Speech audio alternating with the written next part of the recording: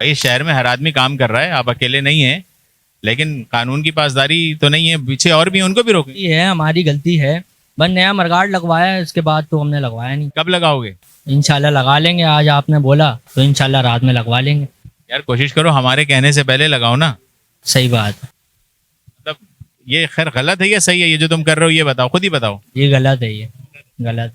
ये दोस्त की गाड़ी उठाए हुए इमरजेंसी में आए थे, हॉस्पिटल जा रहे थे। नहीं, वो जल्दी सबको होती है, नंबर प्लेट लगाना बहुत जरूरी है, क्यों नहीं लगाते? बिल्कुल जरूरी है, गाड़ी किसी और से उठाई है, इस वजह से। थोड़ा बिजी चल रहे हैं काम में, वैसे लगाएंगे इंशाल्लाह एक आध दिन में। तो मतलब आप एक्सक्यूज वो दें जो कि समझ भी आ जाए और हजम भी हो जाए, ये वो एक्सक्यूज ही नहीं है। 1.25 साल में आपको टाइम नहीं मिला, आधा घंटा। आपकी बात सारी सही है। मेरे को कल परसों भी यहाँ रोका गया था, तो मैंने उनको यही अर्ज किया था कि यार एक आध दिन में मैं लगवाऊंगा। किया।